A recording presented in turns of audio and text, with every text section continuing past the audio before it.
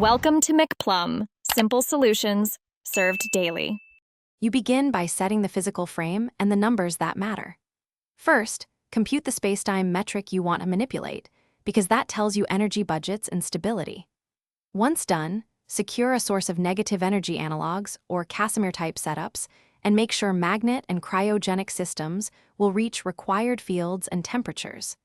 You must also sync your reference clocks precisely, since small desynchronization ruins causal alignment, so prepare instrumentation while you move to the engineering stage. You now build the conduit by shaping curvature where you need it most.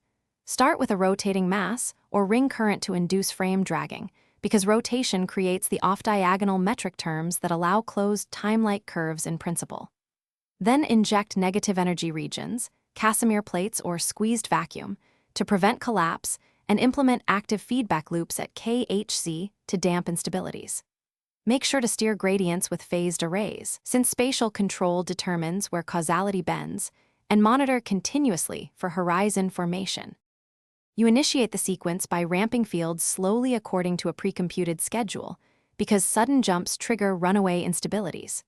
Once at target values, send diagnostic photons and atomic clocks through the conduit to compare proper time differences and verify you have the intended offset. If you detect horizon formation, exponential curvature growth, or unpredictable time shifts, perform the emergency protocol.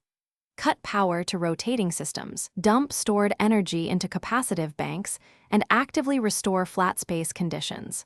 Tip: if fluctuations persist, isolate and reevaluate negative energy distribution first. Thanks for watching. Stay juicy and subscribe.